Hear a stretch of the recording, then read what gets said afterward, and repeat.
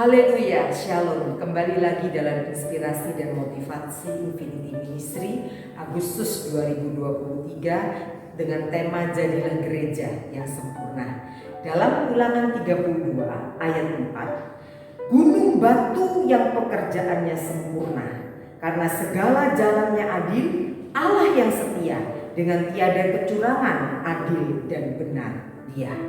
Allah menyatakan diri kepada umatnya sebagai Allah yang pekerjaannya sempurna, adil, benar, setia, dengan tiada kecurangan. Telah memilih kita dan menetapkan kita untuk menjadi kawan sekerja Allah di ladang Allah. Sebagai kawan sekerja Allah, kita wajib memahami sifat dan karakter Allah agar kita menjadi kawan sekerja Allah yang menyenangkan hati Tuhan kita. Agar kita menjadi kawan sekerja Allah yang sehati, sepikir, seperasaan dengan Sang Adonai. Allah yang pekerjaannya dan cara kerjanya sempurna, mengharuskan dan mewajibkan kita sebagai kawan sekerjanya untuk sempurna sama seperti Bapa di surga. Matius 5:48, karena itu haruslah kamu sempurna, sama seperti Bapamu yang di sorga adalah sempurna. Jelas target yang ditetapkan adalah gereja sempurna. Peringatan dari Sang Firman kepada jemaat di Sardis sangat menggetarkan hati para pembacanya. Inilah firman Dia yang memiliki ketujuh roh Allah dan ketujuh bintang itu. Aku tahu segala pekerjaanmu. Engkau dikatakan hidup padahal engkau mati. Bangunlah dan kuatkanlah apa yang masih tinggal yang sudah hampir mati, sebab tidak satupun dari pekerjaanmu aku dapati sempurna.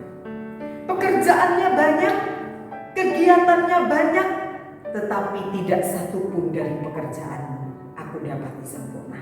Gereja tidak seharusnya merasa aman dan puas karena banyaknya hal yang sudah, sedang, dan masih akan dikerjakan. Sesungguhnya setiap pekerjaan yang kita lakukan dengan giat dan rajin harus dibarengi dengan pengetahuan.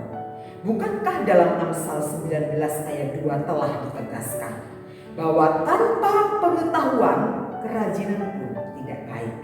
Orang yang tergesa-gesa akan salah langkah.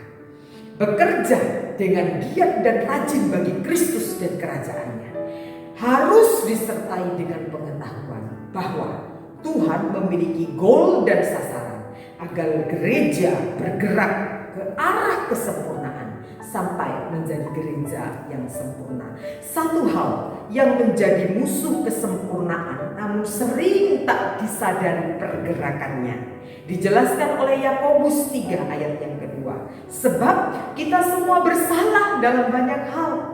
Barang siapa tidak bersalah dalam perkataannya, ia adalah orang sempurna yang dapat juga mengendalikan seluruh tubuhnya untuk menjadi gereja sempurna. Pria dan wanita Kristen, pelayan Tuhan pria dan wanita wajib untuk mengendalikan lidahnya. Menyadari bahwa berbicara adalah aktivitas yang paling akrab dengan kita sepanjang hari.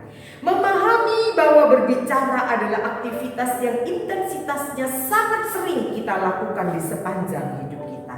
Maka kita wajib mengekang lidah kita sebagai salah satu indikasi untuk disebut sempurna. Sebab barang siapa tidak bersalah dalam perkataannya, ia adalah orang sempurna. Yang sering terjadi adalah dengan lidah kita memuji Tuhan Bapa kita, dengan lidah kita juga mengutuk manusia yang diciptakan menurut rupa Allah. Dari mulut yang satu keluar berkat dan kutuk. Hal ini saudara-saudaraku tidak boleh demikian terjadi. Sungguh mengherankan. Adakah sumber memancarkan air tawar dan air pahit dari mata air yang sama? Saudara-saudaraku, adakah pohon ara dapat menghasilkan pohon zaitun dan adakah pohon anggur dapat menghasilkan buah ara? Demikian juga mata air asin tidak dapat mengeluarkan air tawar. Pekerjaan kita akan didapati tidak sempurna di hadapan Tuhan jika lidah tidak dijaga dari segala bentuk perkataan yang kotor, melemahkan, dan tidak membangun. Jikalau ada seorang menganggap dirinya beribadah, merasa sudah beribadah, banyak melakukan aktivitas dan pekerjaan, tetapi tidak mengekang lidahnya, ia menipu dirinya sendiri, maka sia-sialah ibadahnya. Demikian dinyatakan dalam Yakobus 1 ayat 26. Janganlah ada perkataan kotor keluar dari mulutmu, tetapi pakailah perkataan yang baik untuk membangun di mana perlu, supaya setiap orang yang mendengarnya beroleh kasih karunia. Efesus 5 ayat 4, demikian juga perkataan yang kotor, yang kosong, atau yang sembrono, karena hal-hal ini tidak pantas, tetapi sebaliknya ucapkanlah syukur. Menuju gereja sempurna dengan memulai dari hal yang sederhana, yakni mengekang lidah kita masing-masing.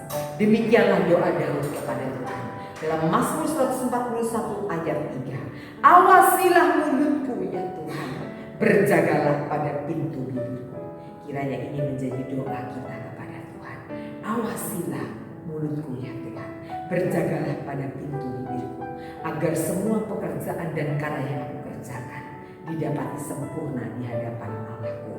Roh Kudus sumber hikmat bagi kita yang menuntun pada kesempurnaan gereja. Tuhan Yesus memberkati. Haleluya.